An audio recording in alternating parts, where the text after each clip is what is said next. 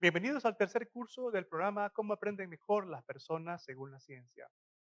En este curso vamos a revisar las principales perspectivas del aprendizaje escolar, tales como el enfoque neurocientífico, el enfoque del procesamiento de la información o el enfoque cognitivo. Tome lápiz y papel y comencemos con el primer punto. En su pantalla aparecerán un conjunto de afirmaciones sobre el cerebro y la educación en general. Después de leer cada una, escriba una B si la afirmación es verdadera, una F si es falsa o una N si no lo sabe. Una vez más, escriba una B si es verdadera, una F si es falsa o una N si no lo sabe. ¿Estamos listos? Lea, por favor.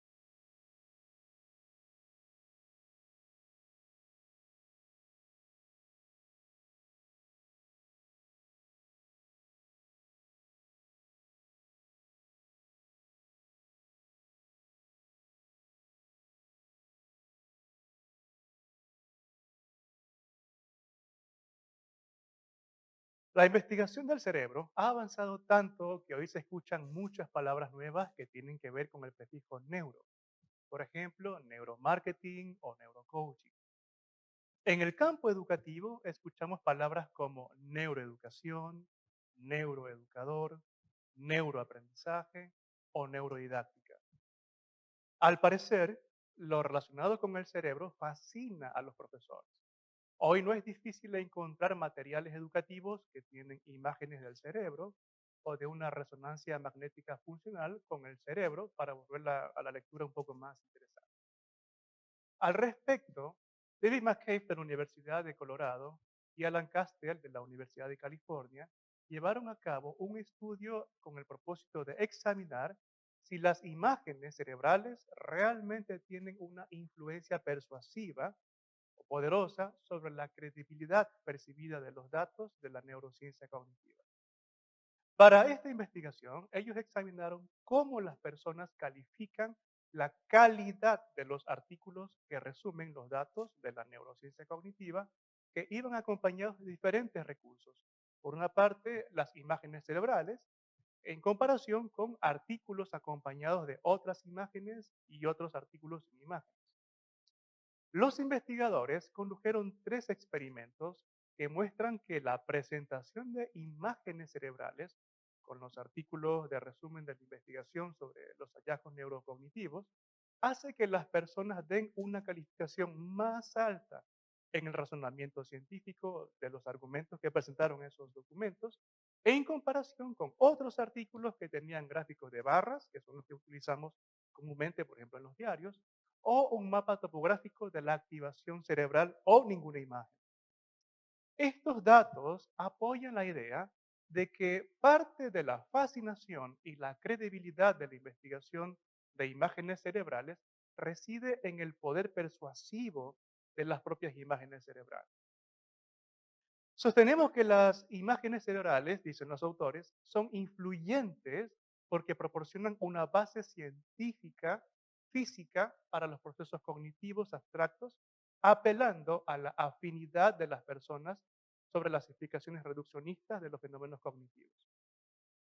El simple hecho de incluir una imagen del cerebro o de una resonancia magnético funcional hace que un artículo sea más convincente para los lectores, incluso cuando no se ha realizado ningún cambio en la redacción del documento. Los docentes debemos ser muy cautelosos con los intentos de agitar la bandera neuronal sin conocimiento alguno sobre la investigación del cerebro, así como de sus avances y limitaciones. Según Shung, un importante investigador del enfoque cognitivo, dice que el enfoque neurocientífico del aprendizaje se refiere a la relación del sistema nervioso con el aprendizaje y la conducta.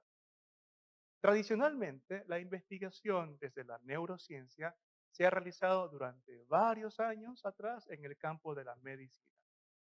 Sin embargo, los educadores están poniendo mucho interés en los resultados de estas investigaciones debido a las posibles implicaciones para la educación. La investigación en la neurociencia abarca el sistema nervioso central que comprende el cerebro y la médula espinal y regula el comportamiento voluntario y el sistema nervioso autónomo que regula las acciones involuntarias. El sistema nervioso central está compuesto de miles de millones de células en el cerebro y la médula espinal. Hay dos tipos de células principales, las neuronas y las células gliales. Las neuronas envían y reciben información a través de nuestros músculos y los órganos. Cada neurona está compuesta por un cuerpo celular, miles de dendritas cortas y un axón. Las dendritas reciben información de otras células mientras que los axones envían mensajes a las células. La vaina mielina que rodea los axones facilita el viaje de la señal. Los axones terminan en estructuras ramificadas que se conectan con los extremos de las dendritas. Los neurotransmisores químicos en los extremos de los axones activan o inhiben las reacciones de la dendrita. Este proceso permite que las señales se envíen rápidamente a través de las estructuras neuronales. Las células gliales apoyan el trabajo de las neuronas al eliminar las sustancias químicas innecesarias y las células cerebrales muertas. Las células gliales también establecen la vaina de la mielina. El cerebro de un humano adulto pesa alrededor de unas 3 libras y es aproximadamente del tamaño de un melón y su textura exterior es arrugada. La corteza cerebral es una capa delgada, gris y arrugada que cubre el cerebro. Las arrugas permiten que la corteza tenga más neuronas y conexiones neuronales. La corteza tiene dos hemisferios, el hemisferio izquierdo y el derecho, cada uno de los cuales tiene 4 lóbulos, el occipital, parietal, temporal y el frontal. La corteza es el área principal involucrada en el aprendizaje, también en la memoria y el procesamiento de la información sensorial. Algunas otras áreas claves del cerebro son el tronco encefálico, la formación reticular, el cerebelo, el tálamo y el hipotálamo. También está la amígdala, el hipocampo y el cuerpo calloso, así como el área de Broca y el área de Wernicke. El hemisferio izquierdo del cerebro generalmente gobierna el campo visual derecho y viceversa. Los investigadores han descubierto que las funciones cerebrales podrían estar localizadas, parcialmente al menos. Por ejemplo, el pensamiento analítico parece localizarse principalmente en el hemisferio izquierdo, mientras que el pensamiento o el procesamiento espacial, auditivo, emocional y artístico ocurre principalmente en el hemisferio derecho. Al mismo tiempo, muchas áreas del cerebro trabajan juntas para procesar información y regular las acciones del cuerpo. Los dos hemisferios suelen trabajar en conjunto ya que están unidos por millones de fibras, las cuales se le llama el cuerpo calloso. El trabajo conjunto de múltiples áreas del cerebro se ve claramente en la adquisición y el uso del lenguaje. El lado izquierdo de la corteza cerebral es fundamental para la lectura. Hay regiones específicas del cerebro que están asociadas con el procesamiento ortográfico, fonológico, semántico y sintáctico, lo cual es fundamental para la lectura. El área de Wernicke trabaja en estrecha colaboración con el área de Broca en el lóbulo frontal izquierdo, que es necesaria para el habla Sin embargo, el hemisferio derecho es fundamental para interpretar el contexto y, por lo tanto, el significado de gran parte del habla. Según Jenny Omroth, el aprendizaje desde una perspectiva neurocientífica es el proceso de construir y modificar conexiones sinápticas y redes neuronales. Las entradas sensoriales se procesan en las partes del cerebro relacionadas con la memoria sensorial. Las que se retienen se transfieren a la memoria de trabajo, la cual parece localizarse en múltiples partes del cerebro, principalmente en la corteza prefrontal del lóbulo frontal. Gracias al control ejecutivo del cerebro, la información se puede transferir a la memoria de largo plazo. Al parecer, hay diferentes partes involucradas en la memoria de largo plazo dependiendo del tipo de información, por ejemplo, si es declarativa o procedimental. Presentar los estímulos o la información de forma repetida hace que las redes neuronales se fortalezcan, lo cual a la vez logran que las respuestas neuronales ocurran más rápidamente. El aprendizaje hace que el cerebro cambie debido a su plasticidad inherente. La plasticidad neuronal es la base del aprendizaje y la memoria. La neuroplasticidad es uno de los conceptos más importantes a comprender. En pocas palabras, la neuroplasticidad significa que el cerebro está formado no solamente por su código genético heredado, sino también por el entorno. Ningún otro órgano del cuerpo humano puede presumir de esta capacidad en un mismo grado. El ejemplo asombroso de plasticidad lo podemos ver, por ejemplo, en las personas que nacen ciegas. Hay aproximadamente 300 millones de neuronas en los lóbulos occipitales cuando la persona nace. Estas neuronas se activan cuando los bebés recién nacidos abren los ojos por primera vez. Si los ojos se abren, podría ser el caso, pero por alguna razón el bebé no puede ver, lo cual hace que esta activación no ocurra. Puede parecer evidente que estas neuronas no utilizadas se atrofiarían, pero no todas. Las neuronas que habían sido designadas para la vista cambian de función y ayudan a las neuronas auditivas y no táctiles. Los investigadores han descubierto una actividad en la corteza visual cuando las personas leían en braille. También han encontrado una plasticidad asombrosa en las personas sordas. Se ha encontrado que las personas sordas tienen una agudeza visual y periférica mucho más desarrollada y pueden detectar mejor el movimiento que las personas oyentes. Si bien los cerebros más jóvenes tienen mayor maleabilidad que los más viejos, se ha demostrado que la plasticidad ocurre durante toda la vida. La estabilización y fortalecimiento de las conexiones sinápticas se conoce como consolidación. La consolidación cambia la estructura física y la organización funcional del cerebro. Los teóricos del cerebro creen que la base del aprendizaje radica en cambios en las interconexiones entre las neuronas, específicamente en el fortalecimiento o debilitamiento de las sinapsis existentes o en la formación de nuevas sinapsis. El aprendizaje puede también estar asociado con la neurogénesis o la formación de nuevas neuronas, lo cual tiene lugar a lo largo de la vida en una parte específica del hipocampo y posiblemente también en ciertas regiones de los lóbulos frontales y parietales. Las nuevas experiencias de aprendizaje parecen mejorar la tasa de supervivencia y la maduración de las neuronas jóvenes. Sin estas experiencias, estas neuronas mueren lentamente. También parece que ciertas células gliales en forma de estrellas, conocidas como astrocitos, son tan importantes como las neuronas en el aprendizaje y la memoria, posiblemente incluso más importantes según algunos académicos. En los seres humanos, los astrocitos superan en número a las neuronas. Tienen innumerables conexiones mediadas químicamente entre sí y con las neuronas y parecen tener un control considerable sobre lo que hacen las neuronas y cuánto se comunican entre sí.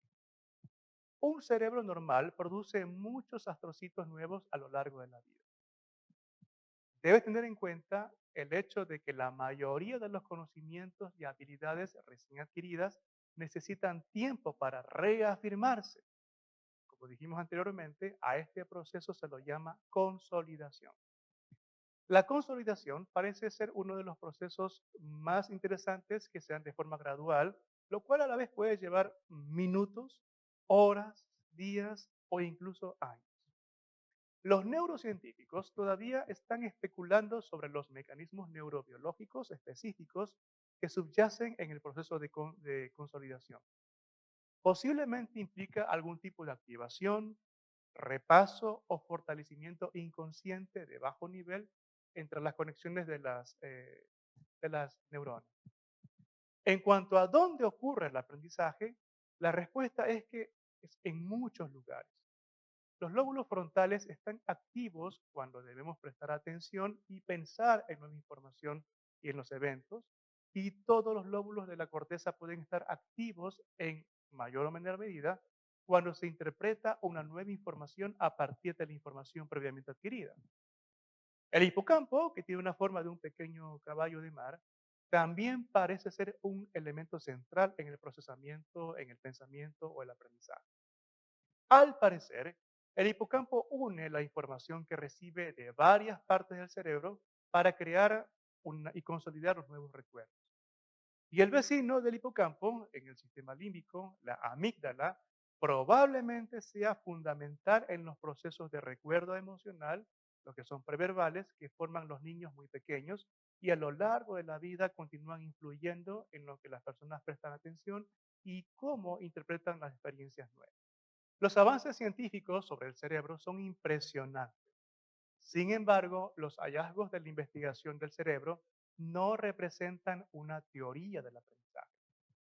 Los educadores y los investigadores del aprendizaje deben estar interesados en la investigación de las neurociencias debido a que tienen un gran potencial para proporcionar explicaciones para el aprendizaje y también tienen implicaciones seguro para la enseñanza.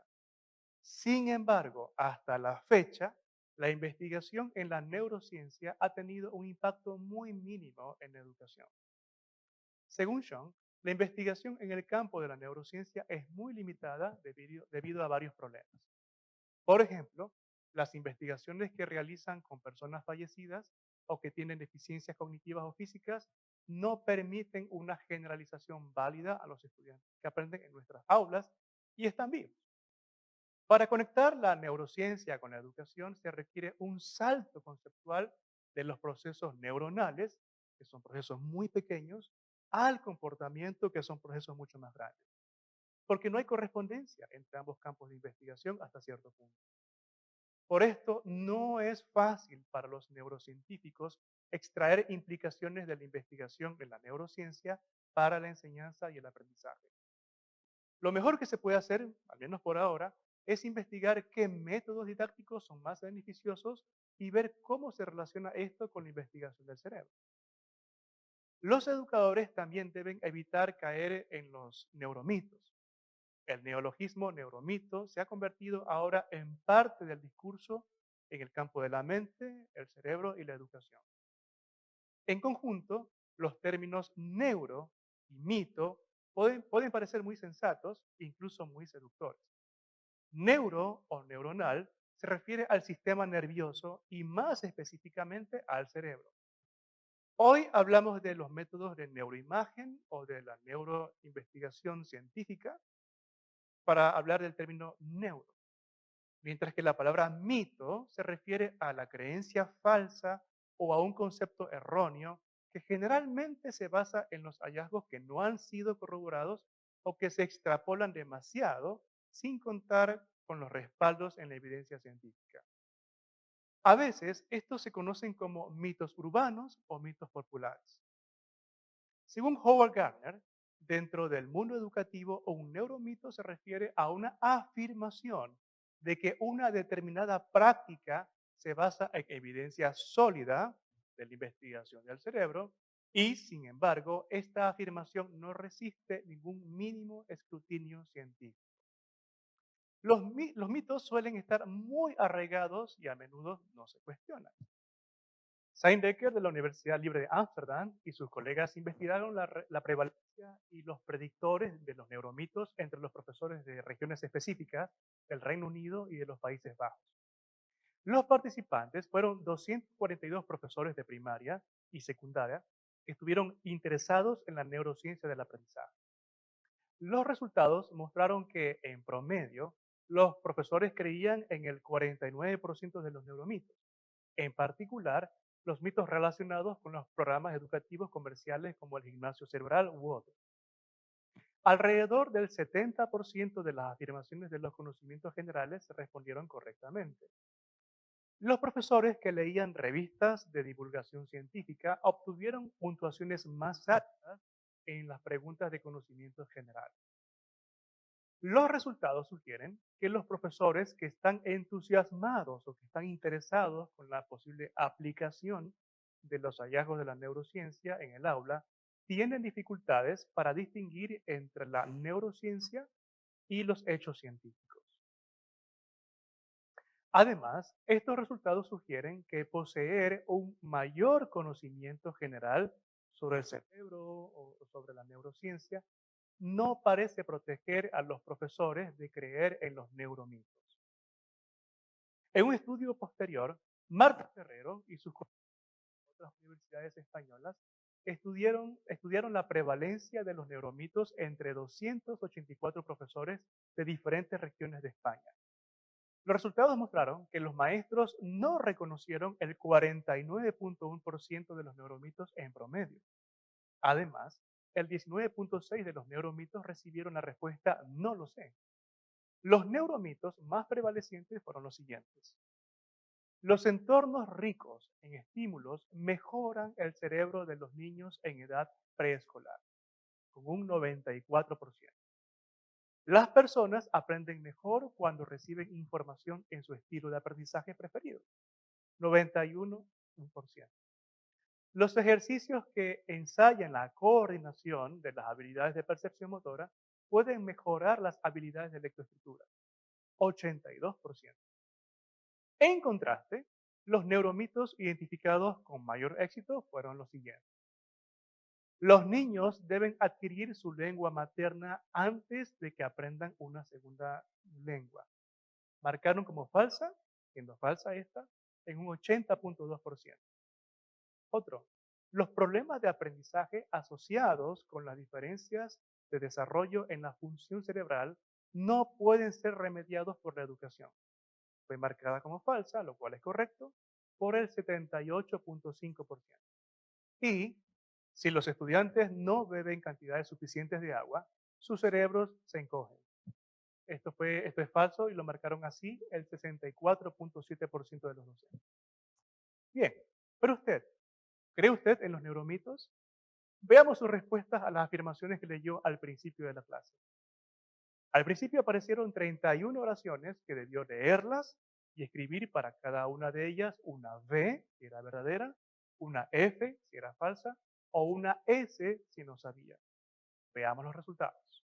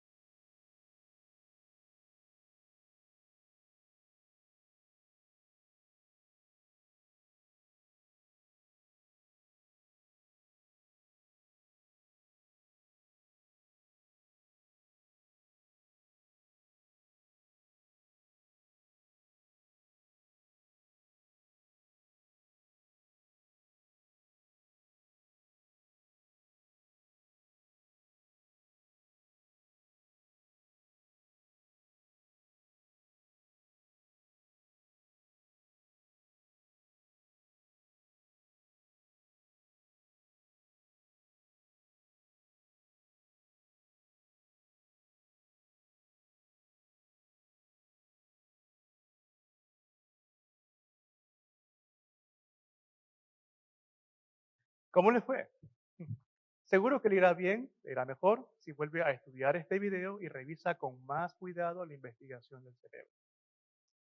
Como educadores, no debemos ignorar los hallazgos de la investigación desde la neurociencia.